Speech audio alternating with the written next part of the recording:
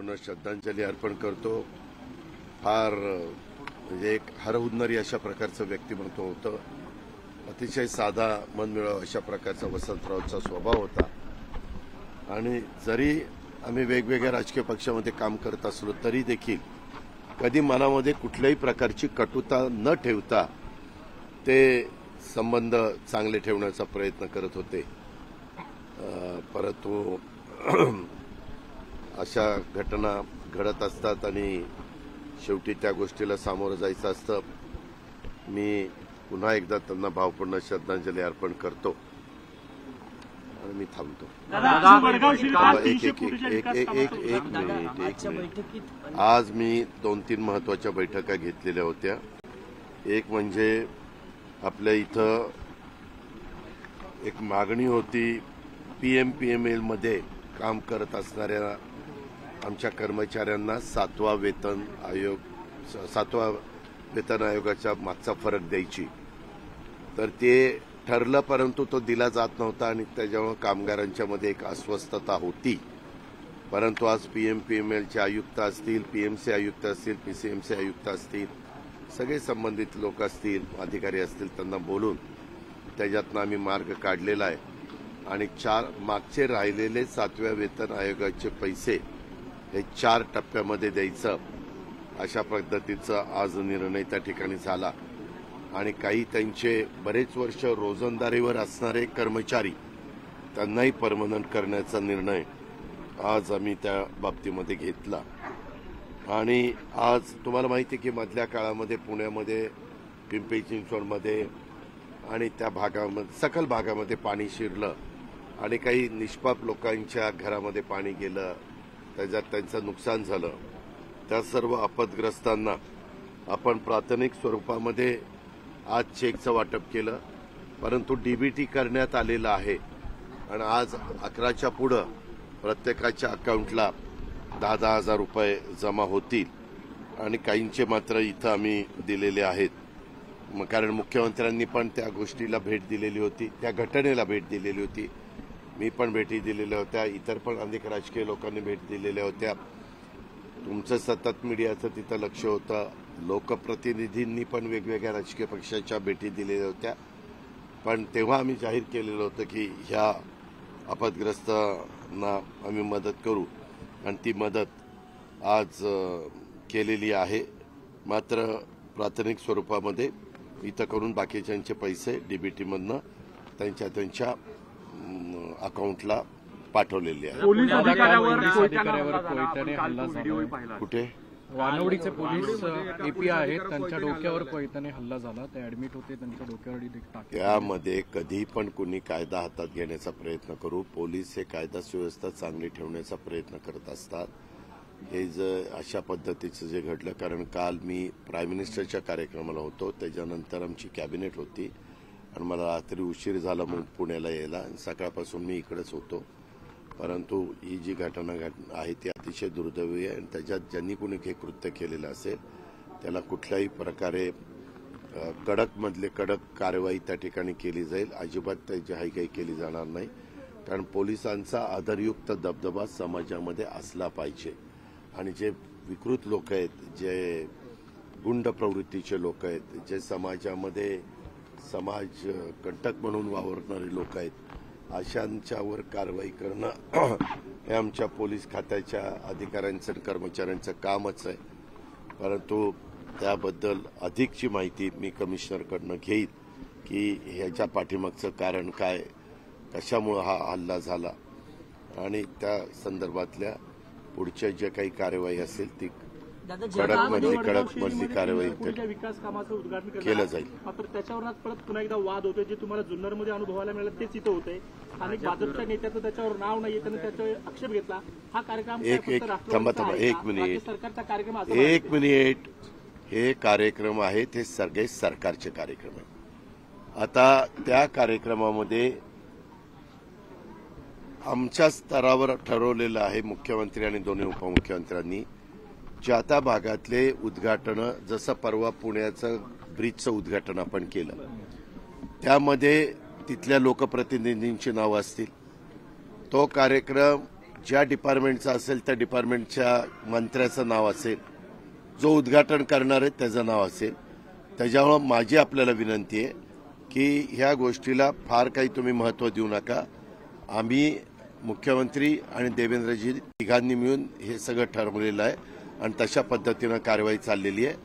जर याच्यातनं कुणाचा गैरसमज झालेले असतील तर मी सांगितलेल्या गोष्टीची त्यांनी नोंद घ्यावी. पंतप्रधान नरेंद्र मोदी उपमुख्यमंत्री यांचे देखील फोटो नाहीयेत कुठे? त्या कार्यक्रमाचे बॅनर छापले. अरे बाबा, फोटो त्याच्यात कशाचा कार्यक्रम आहे? कार्यक्रम आहे भूमिपूजनाचा. प्रादेशिक मनोरुग्णालय येरवडा, जमावमध्ये आयुक्त, मध्यवर्ती इमारत, ह्याचे भूमिपूजन आहेत. भूमिपूजनाच्या कार्यक्रमाला मी जाणार आहे, भूमिपूजन करणार आहे. ज्यावेळेस उद्घाटन वगैरे असतात त्यावेळेस आम्ही जाहिरात देऊ, त्यावेळेस सगळ्यांचे फोटो टाकू. संभाजीनगरमध्ये आदित्य ठाकरेंच्या हॉटेल बाहेर आंदोलन केलेलं आहे भाजपने. ए बाबा, मला बाकीचं तुम्ही एक मिनिट, मी तुम्हाला कितीतरी सांगतो. ते कुणीतरी कुठंतरी आंदोलन करणार आणि ह्यांनी ह्याच्या बाहेर, आता तुझ्या बाहेर कोणी आंदोलन करून तू विचारशील माझ्या बाहेर याचंच आंदोलन झालं. मला त्याच्याशी काही घेणं देणं नाहीये. मला मगाशी तुम्ही कायदा सुव्यवस्थेचा प्रश्न विचारला, त्याचं उत्तर देणं माझं कर्तव्य आहे. आमच्या पोलीस खात्यावर जो हल्ला केला किंवा इतर गोष्टीच्या संदर्भात आता त्यांनी युतीच्या बद्दलचा विचारलं, मी त्याचं उत्तर दिलं. पंतप्रधान नरेंद्र मोदींची तुम्ही भेट घेतली दादा. नरेंद्र मोदी साहेबांनी त्याबद्दल स्पष्टपणे सांगितलेलं आहे की आता देशात किंवा राज्यामध्ये कुठं कुठं महिलांच्यावर काही घटना घडतात, त्या संदर्भामध्ये कधी दिरंगाई केली जाते तर ऑनलाईन कंप्लेंट करण्याच्या बद्दलच्या पण त्यांनी त्या पद्धतीनं सूचना केलेल्या आहेत आणि त्याची लगेचच अंमलबजावणी करण्याचा निर्णय. राज्याचे मुख्यमंत्री तिथं होते, दोन्ही उपमुख्यमंत्री तिथं होते, बरेचसे मंत्रिमंडळातले सहकारी तिथं होते आणि तशा पद्धतीनं त्याची कारवाई त्या ठिकाणी केली जाईल. कारण आपण बघताय अशा प्रकारच्या घटना आता बऱ्याचशा वेगळ्या दबक्या आवाजात पुढे यायला लागलेल्या आहेत. काही जण थोडंसं काय त्यांच्या मनामध्ये असेल, घाबरून म्हणा काही म्हणा, आम्ही आता ह्यामध्ये खूप वेगळ्या पद्धतीनं ह्या अशा प्रकारच्या घटना आपल्या महाराष्ट्रामध्ये होऊ नये या संदर्भामध्ये कारवाई करण्याचा निर्णय घेतला आहे. काल कॅबिनेटमध्ये पण चर्चा त्या बाबतीतली झाली. कडकमधली कडक कारवाई झाली पाहिजे. या नराधामांना अक्षरशः फाशीची शिक्षा झाली पाहिजे आणि ती फास्ट ट्रॅक कोर्ट म्हणजे ट्रॅकवर घेऊन ह्याचे निकाल लवकर लागले गेले पाहिजेत. अशा प्रकारची बरीचशी काल चर्चा त्या बाबतीमध्ये झालेली आहे आणि तशा पद्धतीनं पुढे जायचं सरकार. विमानतळाच्या नावाचा देखील प्रस्ताव तुम्हाला काल मिळालेला आहे. कुठला? विमानतळाचं नाव बदलण्याचं. कुठला? संत तुकाराम महाराज पुणे विमानतळ. मोहोळ आणि मुख्यमंत्र्यांची भेट घेतली आणि त्या विमानतळाला घेतली आणि त्याच्यात त्यांनी असं लिहिलंय. पण त्या संदर्भामध्ये ते विमानतळ आहे हे डिफेन्सच्या ताब्यात आहे. आपण सहसा डिफेन्सच्या ताब्यातल्या विमानतळाचं काय करायचं हा पूर्णपणे केंद्राचा अधिकार आहे. आज ते तिथं आहेत. सर्वश्रेष्ठ संत म्हणून तुकाराम महाराजांची संपूर्ण ओळख, देहू हा सगळा त्यांचा परिसर आणि त्याच्यावर त्यांची मागणी ही चांगलीच मागणी आहे. त्याचं सगळ्यांनी स्वागतच केलं पाहिजे. त्याबद्दल राज्य सरकारकडनं जे काही ठराव वगैरे करायचे असतील त्या पद्धतीनं राज्य सरकार ठराव केला जाईल. पण मागं छत्रपती संभाजी महाराजांच्या बद्दल पण अशाच पद्धतीनं एक प्रपोजल आलेलं होतं. कारण वडू आणि तुळापूर हा सगळा परिसर तिथं आहे. आपण छत्रपती शिवाजी महाराजांचं नाव युद्धपुरुष मुंबईला दिलं. डॉक्टर बाबासाहेब आंबेडकरांचं नाव आपण नागपूरला दिलं. याबद्दल आता 2 मतप्रवाह आले तर पण आम्ही एकत्र बसून त्याच्यातला मार्ग त्या ठिकाणी. दादा, पंतप्रधान नरेंद्र मोदींची तुम्ही भेट घेतली होती अगदी आणि तुम्ही मागच्या वेळी असं म्हणाले होते की भटकते आत्म्याबद्दल मी नाराजी व्यक्त केली तर मोदींना पण विचारणार आहे तर काही नाही. ते निवडणुकीच्या आधी बोललेलं होतं. आता निवडणुका होऊन खूप पाणी वाहून गेलं. तू कदाचित बघितलं नसेल पाणी किती वाहून गेलं. आता तो विषय संपलेला आहे. जुने विषय आमच्या ग्रामीण भागात म्हणतात उकिरडा उकरत बसायचं नसतं, तसं लक्षात मी सांगितलं ना. त्या जुन्या गोष्टी मी पुन्हा तुम्हाला सांगतो. तुम्ही अशा पद्धतीनं जर वागायला लागला तर मी उत्तर देणार नाही. ज्या जुन्या गोष्टी झालेल्या आहेत त्याच्यामध्ये सगळं निवडणूक झाली, निकाल लागला, सगळं झालेलं आहे. त्याच्यावर आता नवीन काय ते विचारा ना.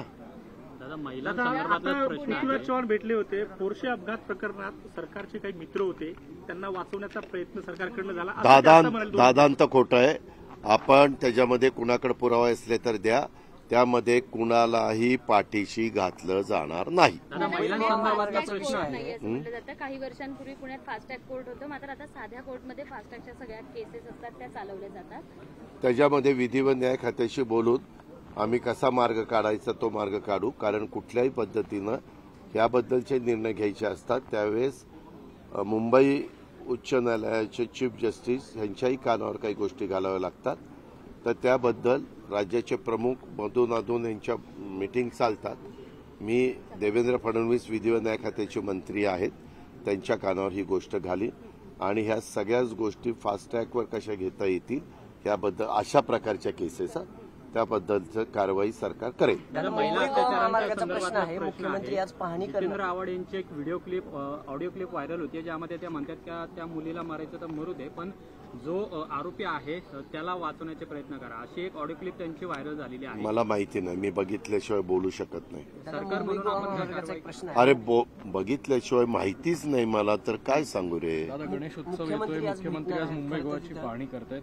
एक मोठा खरं दिलासा मुख्यमंत्र्यांची सरकारकडनं कालची परिस्थिती, काल त्यांची तब्येत खराब होते, परंतु आम्ही तर सगळ्यांनी त्यांना विनंती केली होती कॅबिनेट झाल्यानंतर तुम्ही एक दिवस आराम करा. 1-2 दिवस त्यांना व्हायरल इन्फेक्शन झालेलं होतं.